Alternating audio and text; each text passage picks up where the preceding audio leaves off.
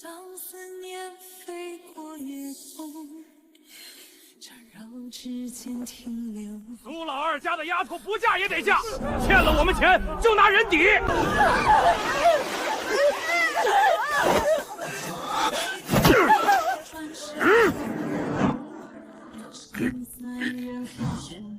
放开他！你谁呀？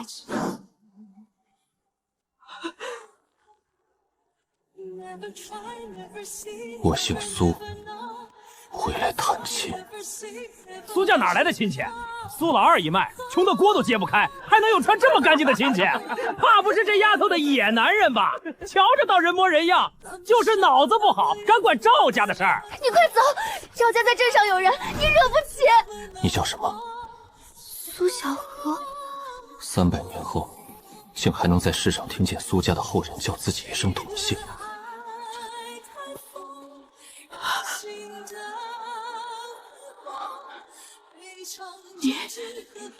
你长得像祖宗画像上的人。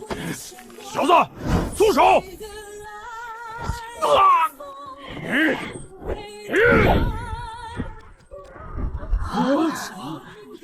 欠了多少？30两银子，苏老二借了我们30两，白纸黑字，今天不还钱，就拿他女儿抵债。30两。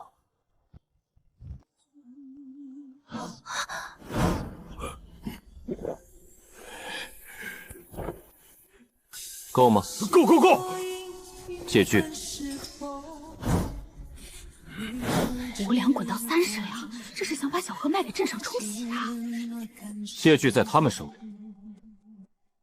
可他们改过书。胡说八道！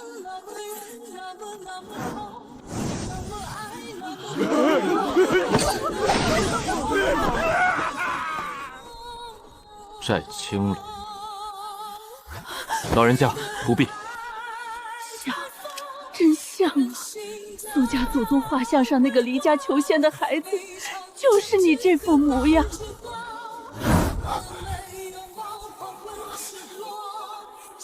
画像还在祠堂里，只是祠堂快被人拆了。师尊，弟子修仙300载，如今想回家探亲，望允准。苏清寒，你还有亲可探？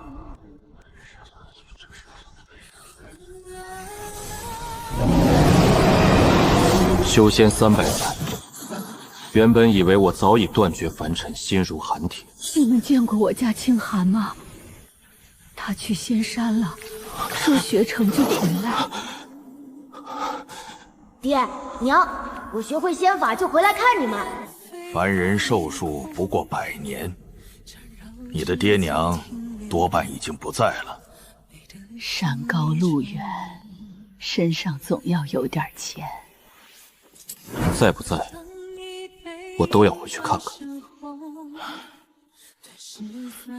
你如今身份不同，下山若被魔修知道，恐生事端。无妨，我只回家吃顿饭。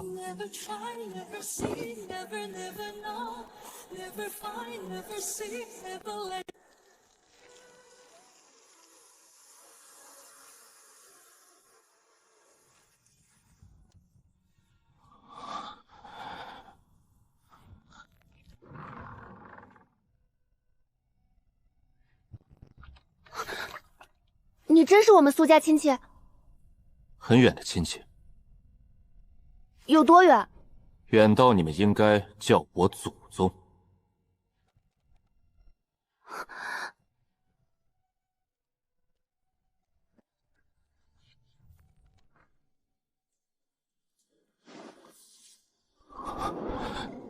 谁写的？听我祖婆婆说，是最早那位老太太写的。她等了一辈子，说家里出了个仙人，总会回来的。后来她走的时候，还让后人每年给苏清寒留一碗饭。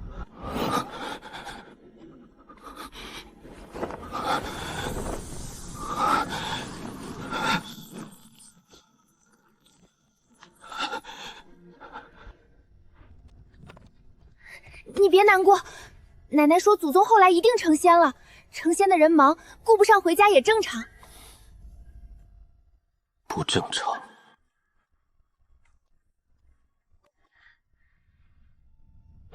家里没什么好东西，恩人将就吃。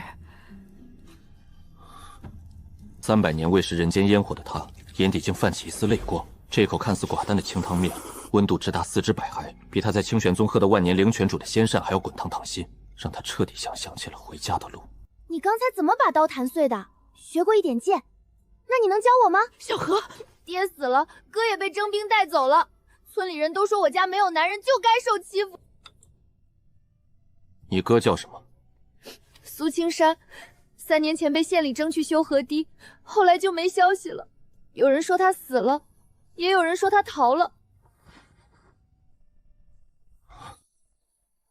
他没死。真的？真的。明日我带他回来。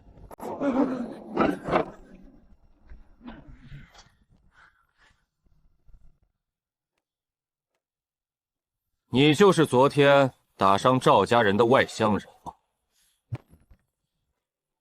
有事？苏家欠村里的税粮，祠堂那块地抵给村里了。今日我们来拆祠堂，与你无关。村长，税粮我们慢慢还，祠堂不能拆，那是苏家的根啊！根？苏家还有什么根？一个寡老太，一个丫头片子，留着祠堂占地，不如给村里修仓。你胡说，我哥还活着！活着？活着怎么3年不回来？怕不是早死在外头了？谁敢动祠堂一块砖，断一只手？好大的口气！你一个外乡人也敢管苏家村的事？我姓苏。你说姓苏就姓苏？族谱呢？录纸呢？官府文书呢？凡人要证明自己是谁，竟要一张纸。可我离家那年，苏家村还没钱家说话的份。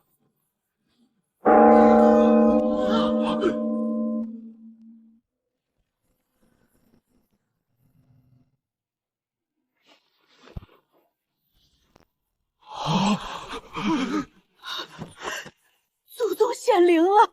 装神弄鬼，给我拆！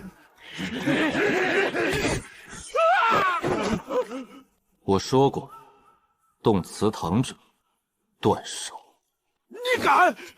我侄子在县衙当差，赵家背后还有仙门供奉，你得罪不起。苏家欠多少税粮20担。没有那么多，本来只有30，是他们年年加力。熄火！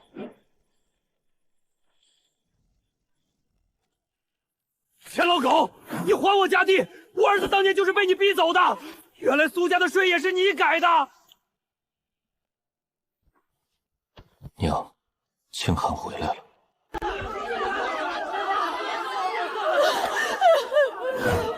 300年后迟来的归家，凡人的恶，便交给凡人的规矩去算。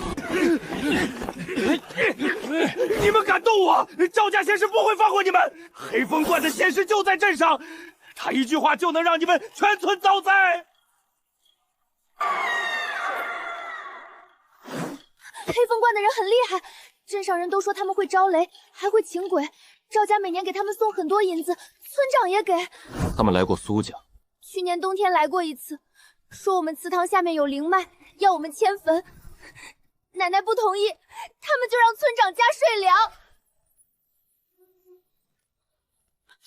恩人，要不你快走吧，你有本事，可黑风观有好多仙师，我们苏家不能连累你。我不是恩人。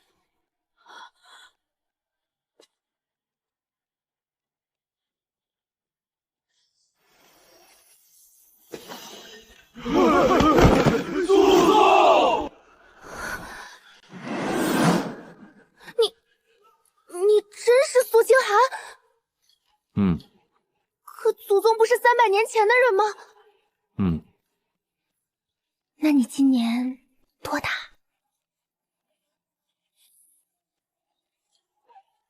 315。看着也不老啊。快给祖宗磕头！我要把家里唯一那只老母鸡杀了，给祖宗接风。鸡留着下蛋。那怎么行？祖宗第一次回家。不用杀鸡，给我再煮一碗面吧。祖宗，你真会飞吗？老祖宗。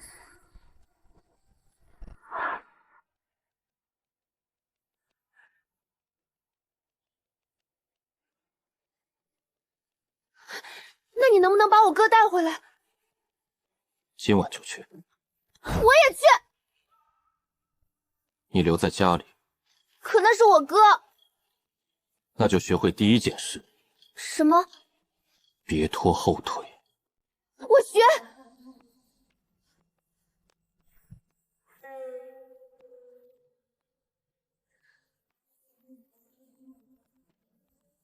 跟紧我。闭眼。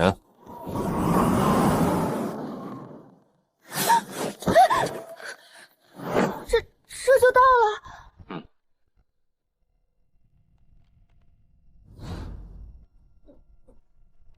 老祖宗，你刚才怎么不早说？你包袱绑得挺认真。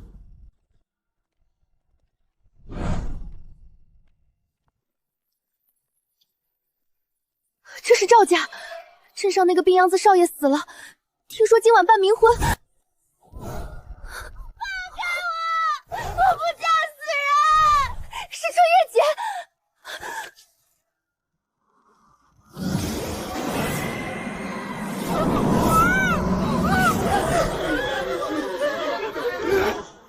里面关着10几个人，还有你哥。哥，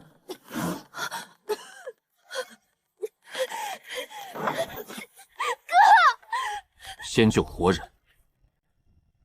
天圆地方律令9章，一切要挟不得干犯。吉时到，新娘入关，与赵少爷合葬。老祖宗！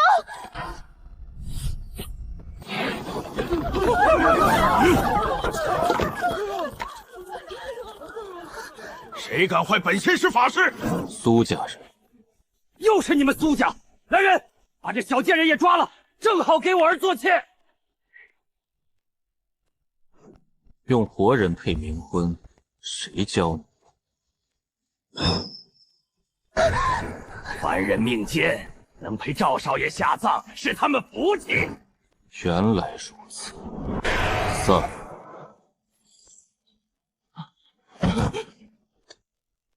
你是哪一贯？前辈饶命，小的是黑风观外门弟子，不知前辈驾临。黑风观在哪里？在城北。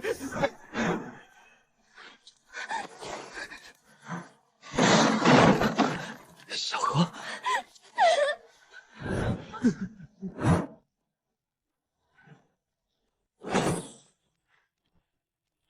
明日交官，至于你，在路。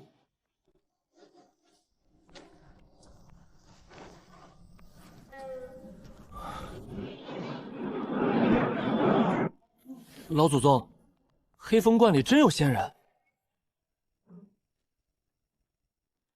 有修士，和你一样？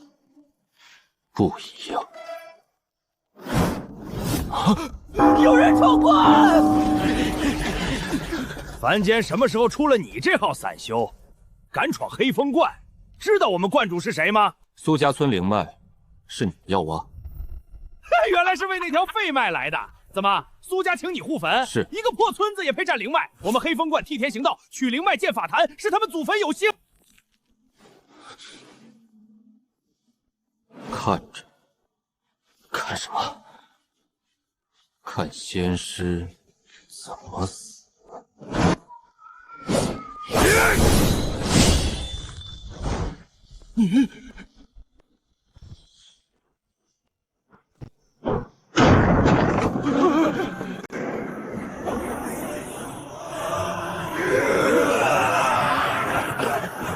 何人敢在我黑风观放肆？拜见观主！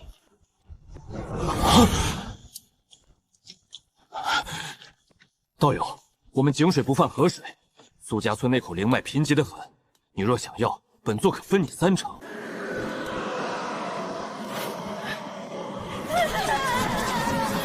你杀了多少人？修行之事，何必凡人死活？凡人死活。剑尊，你是元婴剑尊。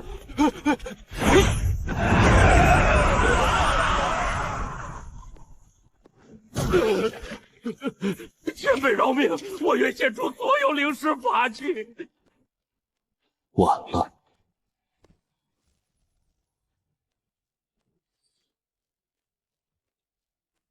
记住，这世上有人披着仙衣，心却被恶鬼害臊。以后见到，不必跪。青山，奶奶，我回来了。活着就好，活着就好。你还知道回来？你知不知道奶奶病了多少回？赵家都要把我卖了。师哥没用，你是没用，但活着就行。如果300年前我回来过一次，我娘是不是也会这样骂我，然后再紧紧抱住我？多谢苏家老祖救命，多谢仙人。往后苏家村不许再逼债卖女，不许侵孤寡田地，不许借仙神名义欺人。是。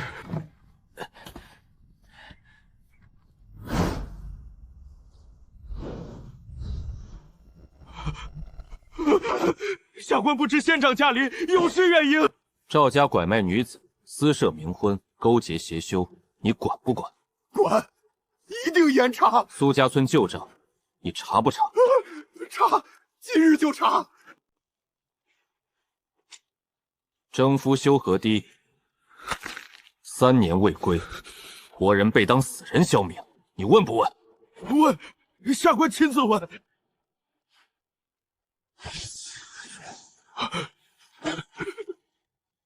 往后此县若有冤魂3日不散，剑气遍落。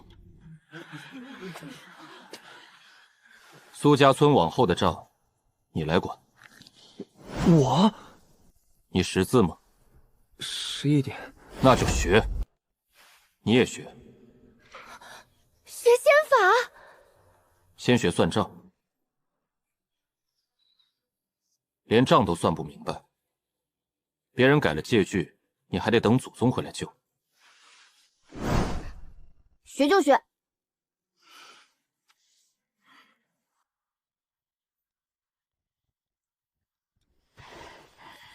老祖宗吃饭啦。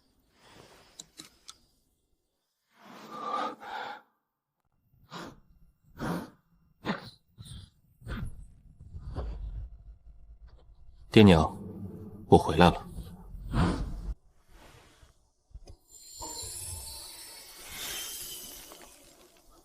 老祖宗，这是你爹娘吗？嗯。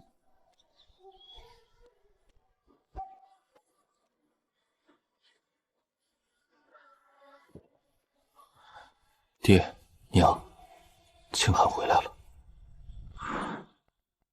我学会仙法了，会御剑。会炼丹，会布阵，也会杀很多很厉害的妖魔。师门待我很好，掌门师兄嘴硬心软，师侄们见了我都怕。可我回来晚了，娘，你那年给我的铜钱我一直带着，你说等我回家要给我做面，我吃到了，后人给我做的，味道很像。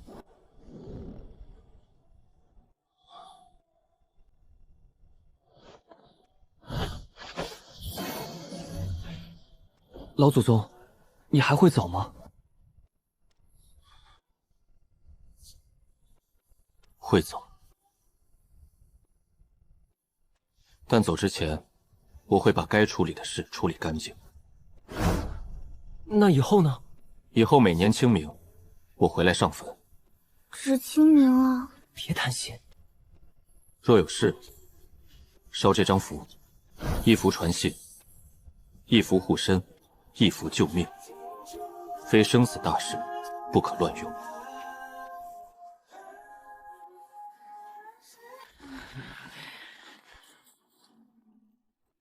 你们苏家害得赵家被抄，还敢占着村东陵地？我爹说了，苏家村以后归县府直管，祠堂和祖坟都要登记造册。是县令的儿子。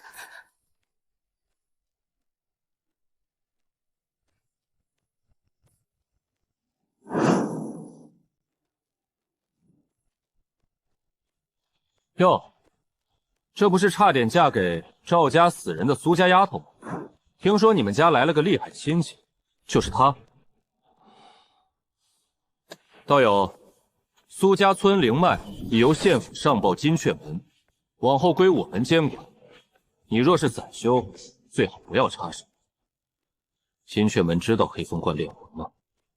黑风观之事自有宗门处理，倒是你私自灭关，杀戮过重，怕是要跟我回金雀门解释。黑风观害了那么多人，你不抓他们，反来抓救人的，哼！你算什么东西？这里有你说话的份儿？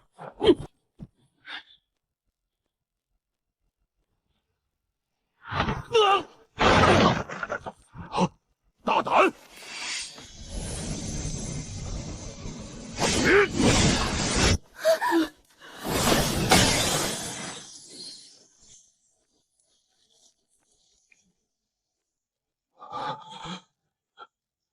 前辈，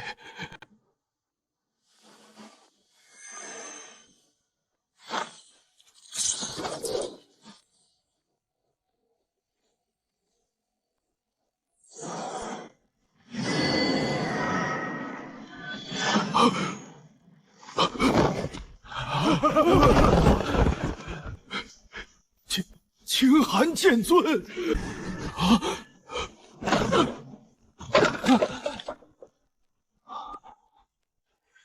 你门下弟子替县府夺凡人祖坟灵脉，知道吗？晚辈不知，剑尊恕罪，晚辈立刻亲自来查。不用亲自来，派个懂规矩的来。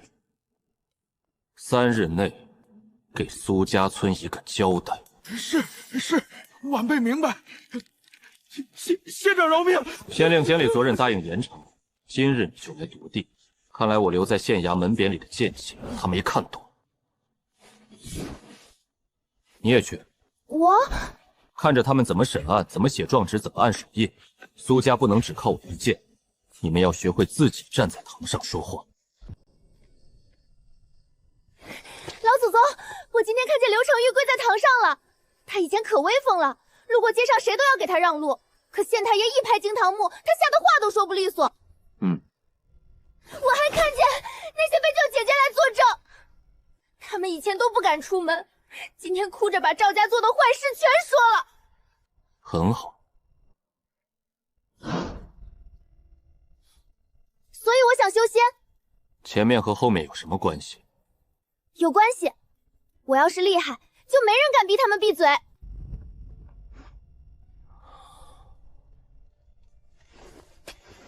修仙很苦，我不怕苦。会离家。你若跟我上山，少则10年，多则100年，未必能回来。等你回来时，林婆婆可能已经不在，苏青山可能也老了。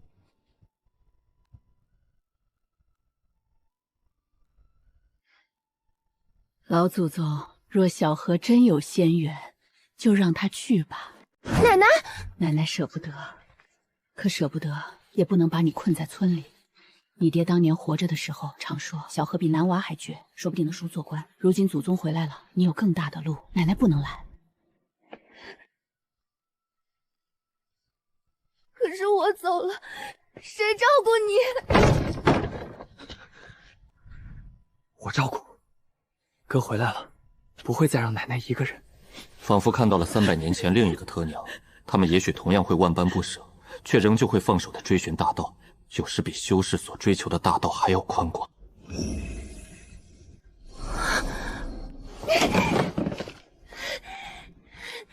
木火双领根，性性坚韧，适合清玄宗丹剑一脉。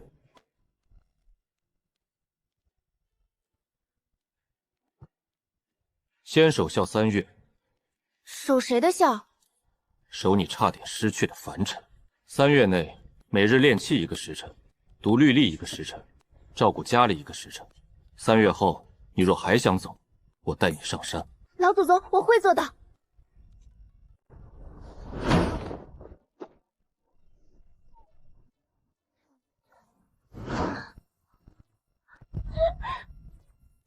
祖宗，又来一个会飞的！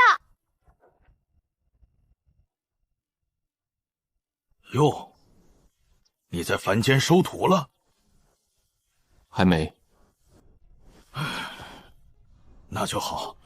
清玄宗够乱了，不能再……掌门祖宗好！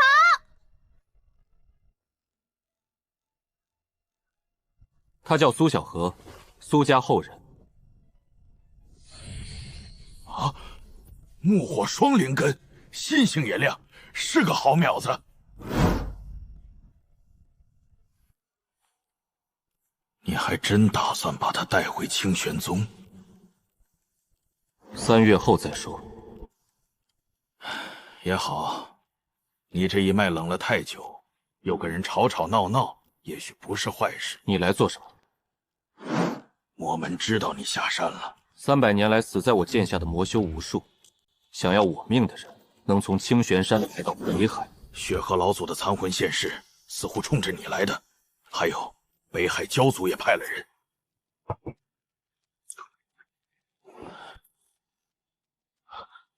多谢。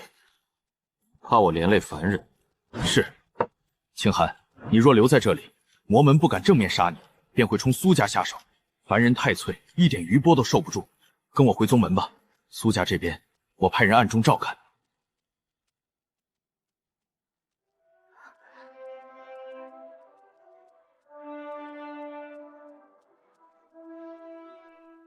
再等3日。3日能做什么？给我爹娘重修坟碑，给苏家祠堂补粮，教小荷引气入体，替青山立住村中规矩。还有，等该来的人来。血河魔气。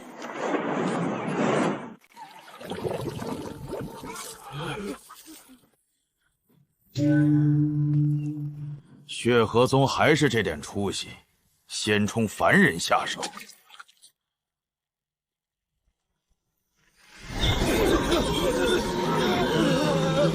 老祖宗，他们是什么人？不是好人。你解释的真省事。清寒剑尊，原来你也有凡亲，300年了，本座还以为你真是无亲无戚。护得住这一家，护得住全村了。你杀我血宗300弟子，今日我便拿这村300凡人祭旗。你们冲我来！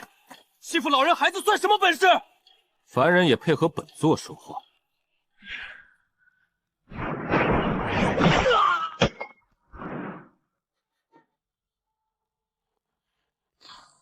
剑尊好大的火气！我今日心情确实不好。这里是我家，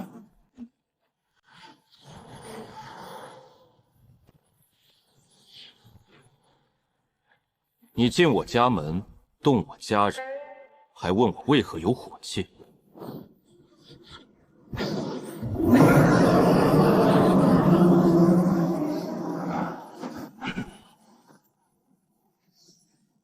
我来。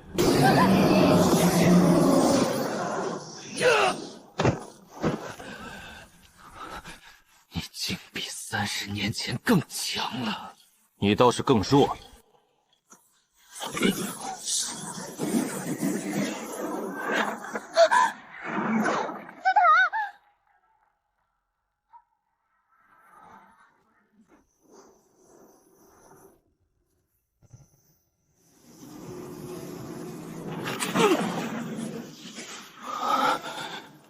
凡人香火。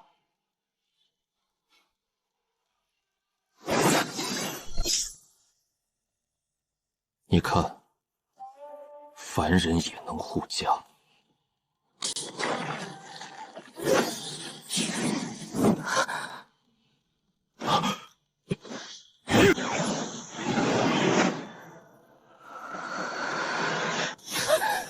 清寒，你护得了他们一时，护不了一世。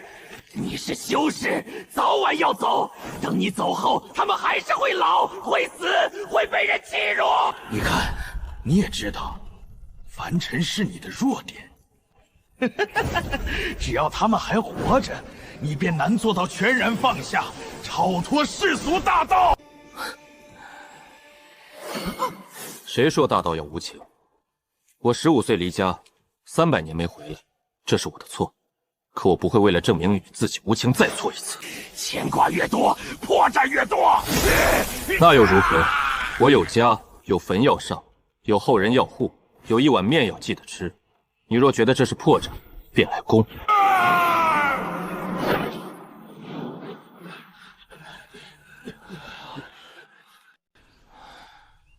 你这次回家倒还出点名堂，什么名堂？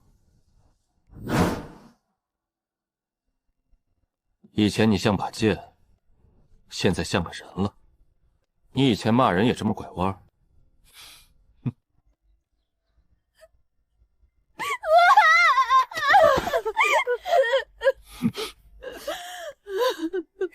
楠楠，我刚才差点死了。老祖宗，我还想修仙，我怕死，但我更怕以后有人这样欺负我家，我只能哭。好，看来清玄宗真要多个小祖宗了。掌门祖宗，你是在说我吗？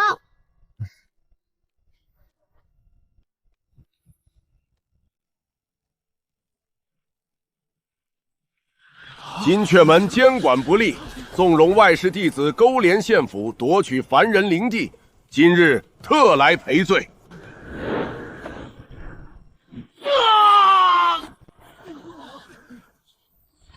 苏家村灵脉归村中公有，任何仙门不得强取。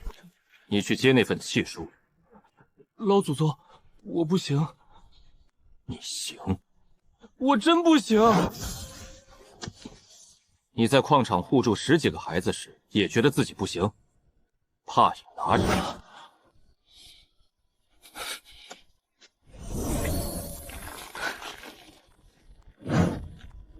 剑尊，可是赔礼不够。凡人守不住太多灵石，把剩下灵石换成3样东西：第一，派正经医修每月来村中义诊1次，为期10年；第二，在县学增设寒门名额，苏家村孩子可免费入学；第三，金阙门在此地设监察牌，若再有修士借仙门之名欺压凡人，村民可击牌告状。剑尊所虑深远，晚辈受教。我知道，银钱会花完，威慑会随着时间变淡，读书、医药和能告状的路，会让一个村子慢慢长出骨头。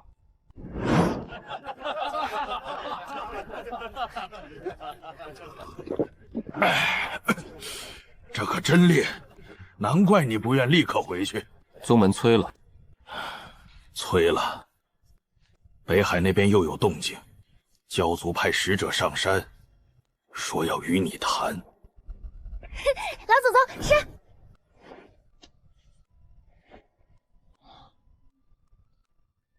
我还会走，但这里从此不是回不来的旧梦。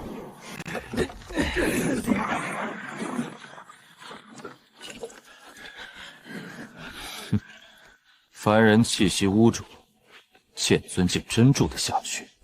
有事，我叔父死于你手，北海需要一个交代。你叔父吃人时给7城百姓交代了吗？那是沿海凡民自愿献祭，换我北海庇护风调雨顿。谁会自愿把孩子送给妖怪吃？凡女，这里有你说话的份。这是我家后人，剑尊。我今日不是来与你动手，北海愿与你和解，但有条件。说：第一，归还教君妖丹，以镇入北海封印；第二，清玄宗赔偿北海灵脉3条。你继续。第三，你需向北海公开致歉，并承认斩蛟过重。是人的妖怪，还要救人的人道歉。凡人闭嘴。还有吗？还有最后一条。听闻剑尊凡亲尚在，北海愿接苏家一脉去海上做客100年。以示两族互信。你来之前，你们族长知道这些条件吗？自然。好。苏清寒，你敢杀使者？不杀。剑尊，这是误会。你要扣我苏家一脉做人质？绝无此事。敖烈擅作主张，北海院交由剑尊处置。族长，北海昭君吃人，罪证仍在天盟。若北海不服，我3日后亲至北海，再斩一次。北海府赔偿沿海7场。给被吞孩童立魂碑。立。往后交族入凡境，须过天盟监察。啊！我的救位！老祖宗，你刚才好威风。所以你更要记住。记住什么？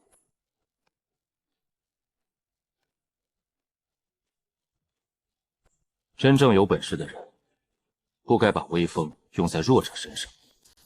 祠堂修好的那一天，苏家村下了一场小雨，苏家从村里最弱的一户重新站了起来。我知道，我也该走了。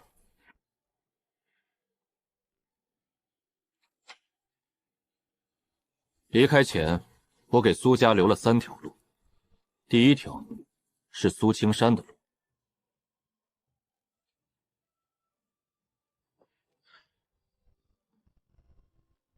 这些不是让你做第2个前村长。我明白。你不明白也没关系。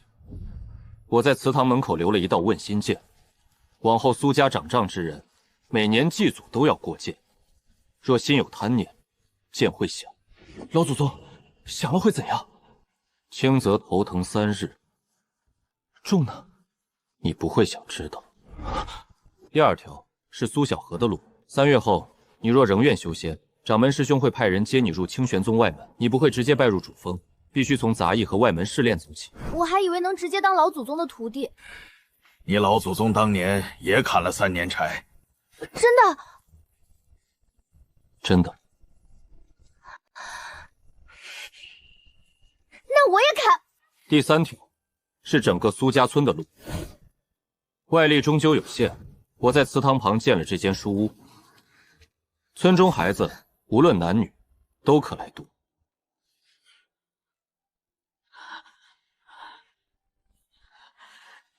从前女娲哪有读书的命？以后有。师母啊。老祖宗在山上想家了，就煮一点。老祖宗，你清明一定回来。中秋呢？看情况。过年呢？若无大事，便回。这次不是跪拜，是送家里长辈。别总跪。好。300年前我离家时，觉得山外才是大道。300年后我才知道，回头处也是大道。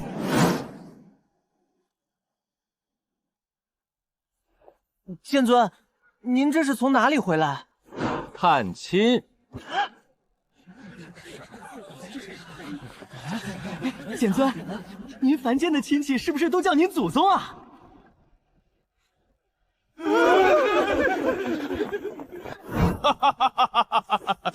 你是不知道，你不在这些日子，宗门弟子偷偷打赌，说你回凡间肯定住不过1天。结果你不但住了半月，还差点把凡间县府和金雀门都重整一遍。北海玄弦闪烁着光泽的玉简，虽然看起来格格不入，可我觉得很好。清寒，你真的变了，变弱了，不，剑更稳了。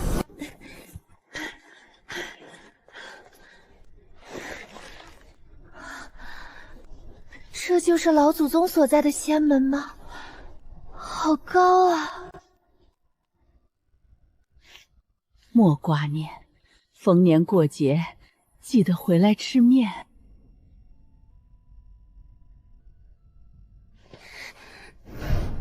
老祖宗，我没后悔。带了什么？衣服、干粮、奶奶给你做的鞋、哥你的账册，还有村里孩子写给你的信。他这是来修仙还是搬家？第一次出远门，总要多带点。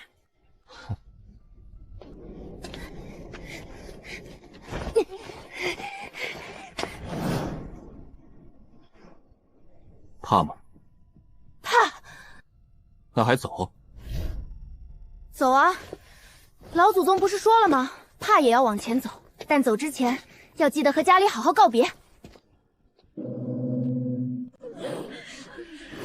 姓名：苏小荷，籍贯：苏家村。引荐人：我家老祖宗。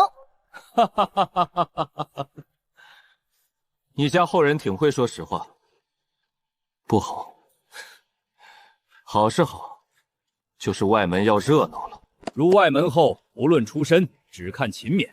莫说你只是剑尊后人，就算你是剑尊亲传，也要从挑水劈磨开始。我会挑水，也会劈柴。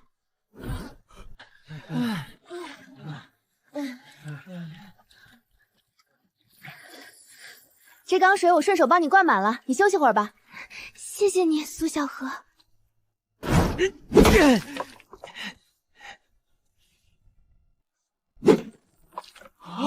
他一点灵力都没有，怎么劈得比我们还快？这柴得顺着纹路劈才不费力气。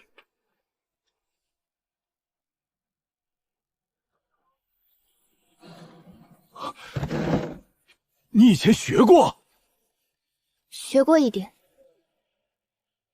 谁教的？又是你家老祖宗？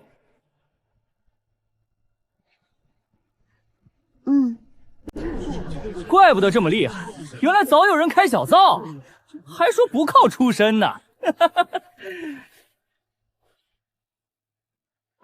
你要是不服，明天挑水我们比。谁要和你比挑水？那比劈柴。粗活有什么好比？那比引气。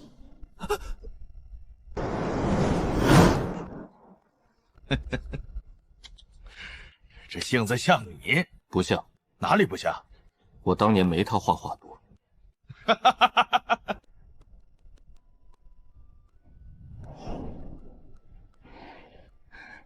林婆婆给我烙的饼，每天只能吃一点，不然很快就没了。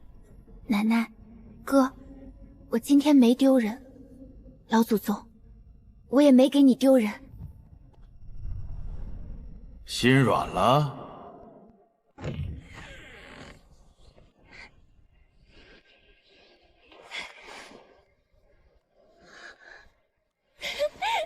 老祖宗，我知道是你！老祖宗，我知道是你！哈哈哈！我看你以后怎么收场。我现在觉得有些后悔给他送面了。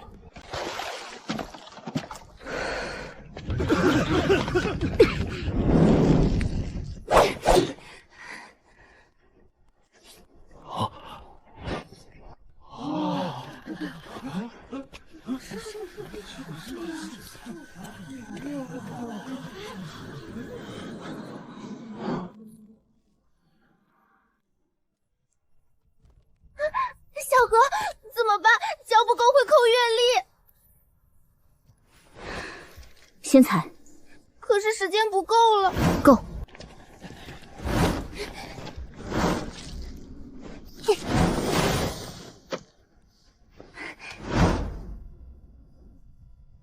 怎么弄的？有人割我的篓。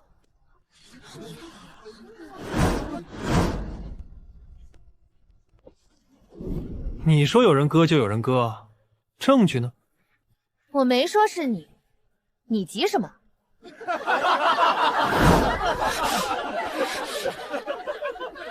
乡下丫头，你别血口喷人！割篓子的人剑上缠了金丝，后山只有你用金丝剑。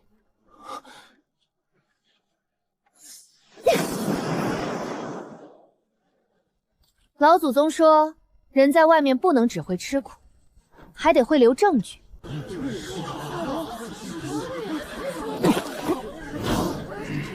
同门相害，罚入寒潭4过10日，扣半年月例。你不就是仗着有个剑王老祖吗？是啊，但我今天采的120株凝露草，是我自己爬上去摘的。你要是不服，等你从寒潭出来，我们再比。你这后人不吃亏，吃过亏才学会的。谢谢老祖宗。隔着半座被夜色笼罩的山峰，我清楚地听见了他的低语。小河入门第2个月，苏家村的急性，村中连旱20日，天苗将死。金雀门一休认定，这不是普通天灾，是白石镇李家仗着小灵山的势力结了水脉。老祖宗不必亲至，我已带村民去打。若3日后无回信，再请老祖宗相助。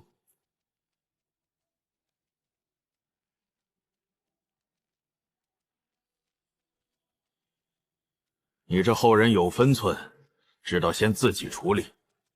他让你3日后再去。我知道。那你现在去哪儿？路过。你从清玄宗路过到苏家村？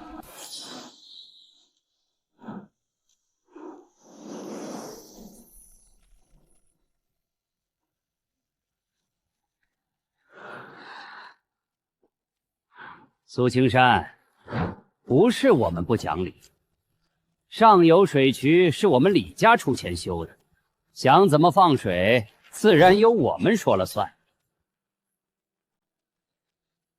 那条水脉本就是3村共用，你们私自改渠，白石镇水满为患，我们苏家村却要旱死，这叫讲理？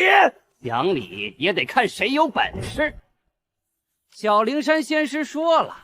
这水渠改的和天使，凡人不懂水脉，不要乱说。哼，那就去县衙。县衙敢接吗？金雀门监察牌上写的清楚，修士不得借法术侵占凡田。小云山若要插手，就让他们派长老来与金雀门对峙。你敢拿金雀门压我？我不是压你。我是按规矩说话。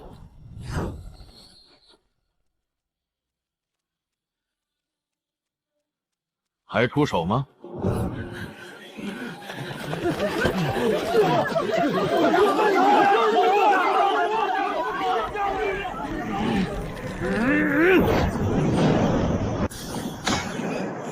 小玉山弟子，谁许你对凡人动法？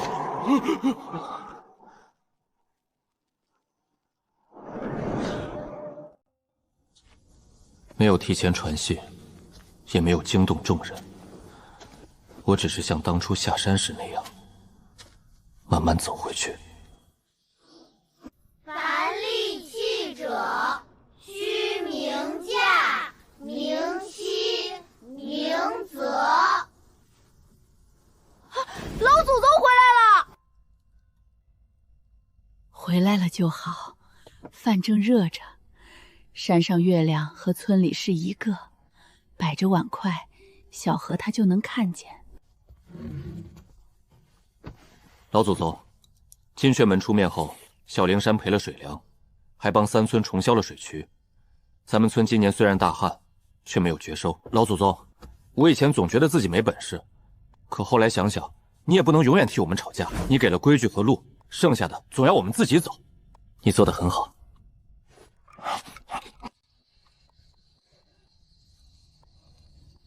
云海里有会发光的鱼，单防炸炉时能把人熏黑。掌门年轻时还被林鹤追着啄过。苏清寒，你讲故事能不能别带上我？那只灵鹤后来成了护山灵兽。娘，我中秋回来了。这一次，我不再只觉得愧疚。老祖宗，过年还回来吗？回。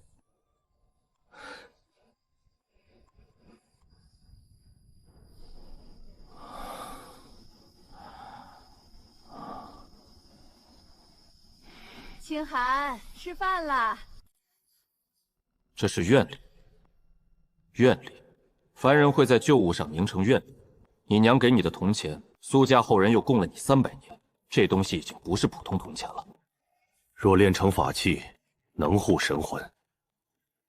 你如今剑意太盛，度化神劫时最怕心魔，这枚铜钱或许能帮你。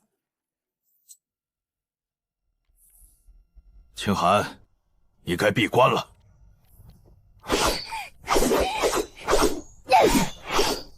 再等等。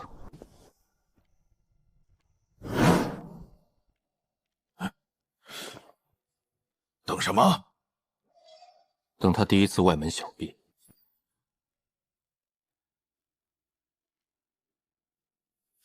你现在真的很像个操心晚辈的老祖宗。我本来就是。哼，这次我不会输给你。那你认真点。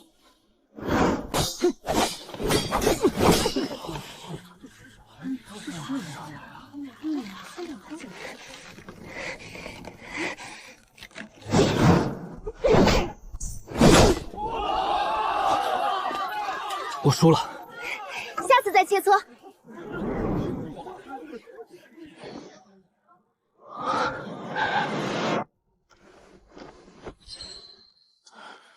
想好了？想好了。心魔呢？我带他一起过。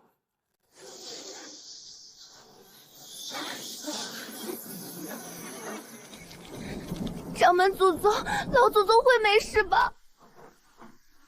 他很强。很强就一定没事吗？不一定。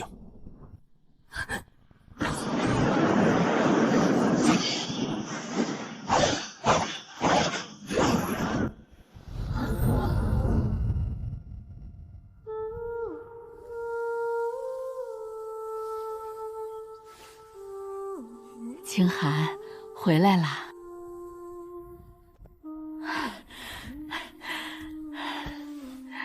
娘，长高了，也瘦了。娘，我回来晚了。山路远，回来就好。太晚了，你等了一辈子。娘是等过，也怨过，可后来想想，我儿子是去学仙法，去走自己的路，娘不能因为舍不得就怪你往前走。可我答应过你，那以后记得就行。清寒，人这一辈子总有来不及，你不能永远跪在来不及前面。老祖宗，家里一切都好。我会守好苏家。老祖宗，你还没看我筑基呢。你看，有人还在等你。娘，我以后会常回家。去吧。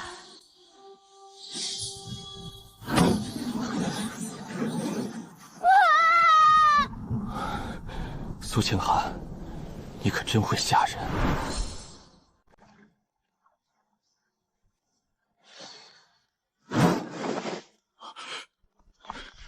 你要去哪儿？回家。你刚化神？境界不稳。稳。你至少装一下刚渡劫后虚弱的样子。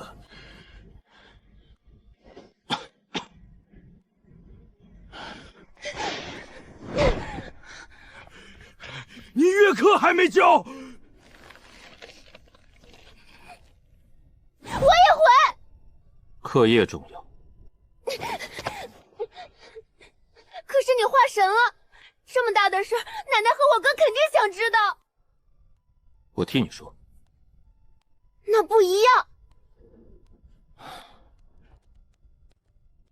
回来双倍交月课。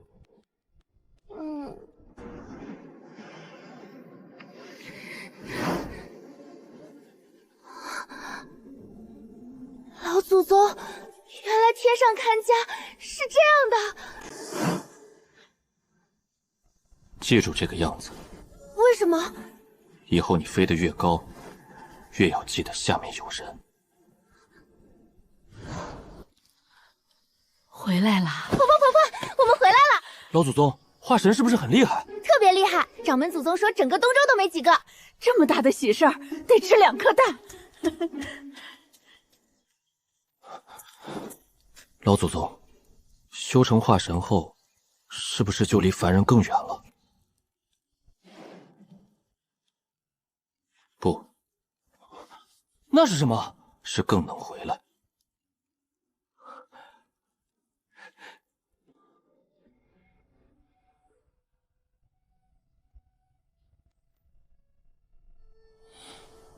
爹，娘，我过了。不好了，李婶家的小孙子掉进后山猎宫了，底下有毒蛇和怪风，大家根本下不去。这也许是他第一次真正明白修仙的意义。奶奶，你自己判断。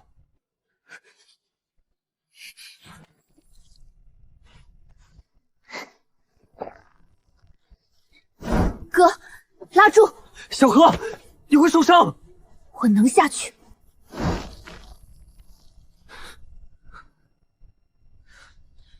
我以前受伤，是因为没人能救我。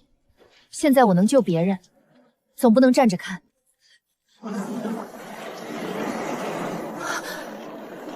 原来不是山峰，是风妖。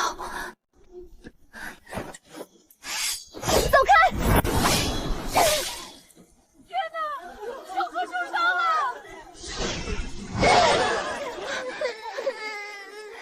别怕，姐姐带你回家。哎呀，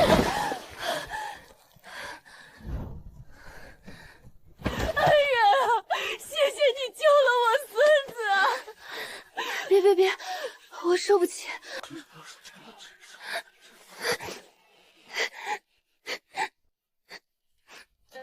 老祖宗，我做的还行吗？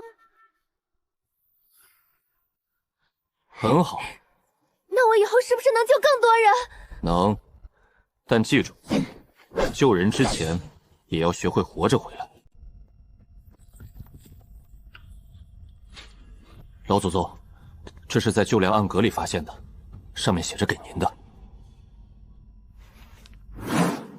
旧梁是300年前留下的，后来祠堂几次小修都没动过。也就是说，这封信在梁中藏了300年。吾儿清寒，见字如面。男儿出门带好这把柴刀防身，不要怕路远。爹在信里写了很多，他说我走后，娘每日去村口看路，开始1年日日去，后来腿疼了就3日去一次，再后来他知道自己等不到了，便让他把这封信藏进祠堂梁里。爹说他们不怪我，他说若我真学成仙法，就做个堂堂正正的人，别因为飞得高就看清地上的人。他说家里穷，没给我留下什么，先吃饭后上坟，活人比死人要紧。信最后还有娘歪歪扭扭补的一行字：娘给你留的棉衣小了，回来别穿，会累。老祖宗，你哭吧，我不笑话你。我没哭。没哭。老太太是个好娘。她当然是。储物界太冷，这封信该贴着心口。照信上说的，先吃饭，这面里放了2个荷包蛋，一个给你，一个算替你娘补的。若有一日归家，先吃饭，却上先吃饭，后上坟。活人比死人要紧。原来我一直把遗憾当成心魔，以为自己欠了死人太多，可爹娘留给我的最后一句话，却叫我先顾活人。我忽然明白，他们不是要我困在坟前，他们是要我回家看看，然后继续好好活。老祖宗，奶奶说锅里还有汤。走吧，回去喝汤。活人比死人要紧，这句话我记住了。那年除夕，我履行承诺，回苏家村过年。这一次我不是一个人。奶奶，这是给您的养生丹。哥，这是你的新账笔。小家伙们，启蒙玉简拿好，好好认字。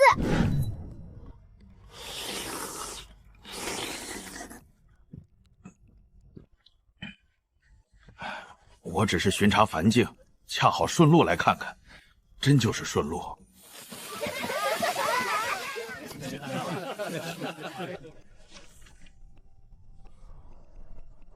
今年真是咱们苏家最好的年啊！大家太客气了，这多麻烦呀！行了行了，都别急了，东西我给老祖宗收好了。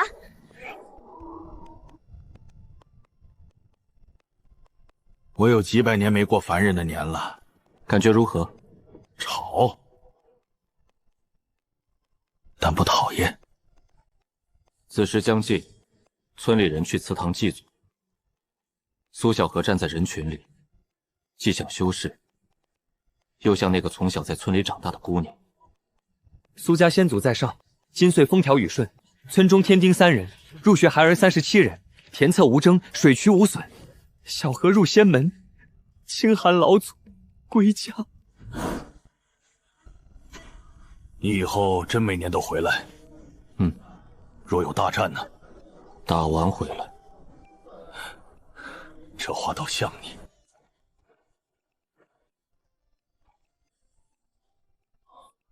给我的。过年都要压岁，老祖宗年纪大也得有。旧的那枚是老太太给你的，这枚是我们给你的，以后年年给，攒多了，老祖宗就不会忘记回家的路。不会忘。老祖宗，新年快乐！新年快乐！300年后，我终于又过了一个家里的年。